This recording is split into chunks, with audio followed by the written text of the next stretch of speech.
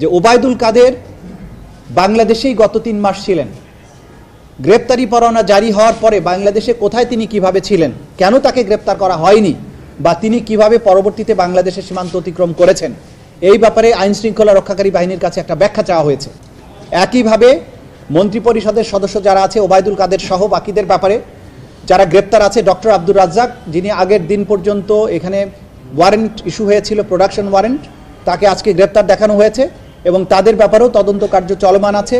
এবং এই মন্ত্রীদের মধ্যে বিশেষ করে 2-1 উপদেষ্টা যারা গুমের সাথে জড়িত ছিলেন, যারা গুমের মধ্যে 2-1 জনকে ছাড়ানোর ব্যাপারে ভূমিকা পালন করেছিলেন এবং তাদের এই গোয়েন্দা সংস্থাগুলোর যারা সম্পৃক্ত ছিলেন, তাদের সাথে গুম কমিশনের ইন্টারভিউর মধ্য দিয়ে এটা দেখা গেছে যে প্রধানমন্ত্রী হাসিনার নির্দেশে যে তাদেরকে রাখা হয়েছে, তারা তার ইচ্ছা এবং অনিচ্ছায় কাউকে আটক রাখা বা ছাড়া হতো, সেগুলো গুম কমিশনের তদন্তে আমরা পেয়েছি।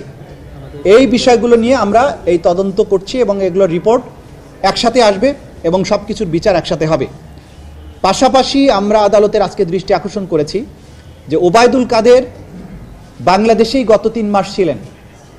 গ্রেপ্তারি পরোয়ানা জারি হওয়ার পরে বাংলাদেশে কোথায় তিনি কিভাবে ছিলেন, কেন তাকে গ্রেপ্তার করা হয়নি, বা তিনি কিভাবে পরবর্তীতে বাংলাদেশের সীমান্ত অতিক্রম করেছেন, এই ব্যাপারে আইন শৃঙ্খলা রক্ষাকারী বাহিনীর কাছে একটা ব্যাখ্যা চাওয়া হয়েছে এবং সেটা 15 দিনের মধ্যে যাতে এই ব্যাখ্যা দেওয়া হয় সেটা জানানোর জন্য আদালত নির্দেশ দিয়েছেন। একই সাথে অপরাধের নিউক্লিয়াস শেখ হাসিনা, তিনি তার গ্রেপ্তারের ব্যাপারে যে আমরা ইন্টারপোলের মাধ্যমে রেড নোটিশ জারি করা, আদালতের যে গ্রেপ্তারি পরোয়ানা সেটা কার্যকরের কি ব্যবস্থা, এবং ভারতের সাথে সম্পাদিত যে অপরাধীর বহিঃসমর্পণ চুক্তি অর্থাৎ এক্সট্রাডিশন ট্রিটি, সেই অনুযায়ী কতদূর ব্যবস্থা নেওয়া হয়েছে সেটা জানার জন্য আদালত পরবর্তী 2 সপ্তাহের মধ্যে একটা প্রতিবেদন চেয়েছেন।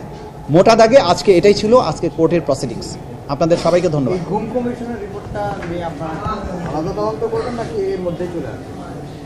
গুমের ব্যাপারে তো আমাদের তদন্ত সংস্থা অবশ্যই আলাদাভাবে তদন্ত করবে, কিন্তু যেহেতু রাষ্ট্র কর্তৃক গঠিত একটা কমিশন, সেখানে একজন বিচার বিভাগীয় ঊর্ধ্বতন বিচারপতির নেতৃত্বে এই কমিশনটা হয়েছে এবং এই ডকুমেন্টটা একটা অফিসিয়াল ডকুমেন্ট।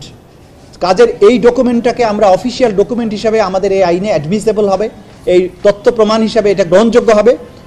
এর বাইরেও এই কমিশনের তদন্ত রিপোর্টের বাইরেও আমরা নিজস্ব তদন্ত সংস্থার মাধ্যমে এই বিষয়গুলোর ব্যাপারে আরও ফার্দার তদন্ত করব এবং অকাট্য রূপে আমরা আদালতের কাছে প্রমাণ করব যে গুম সংক্রান্ত যে অপরাধ, মানবতা বিরোধী অপরাধ, তার সাথে আমাদের এই ট্রাইব্যুনালের মামলার যারা জড়িত আসামি আছেন তাদের সম্পৃক্ততাগুলো অকাট্য রূপে প্রমাণ করার জন্য আমরা আরও নিজস্ব ব্যবস্থা গ্রহণ করব।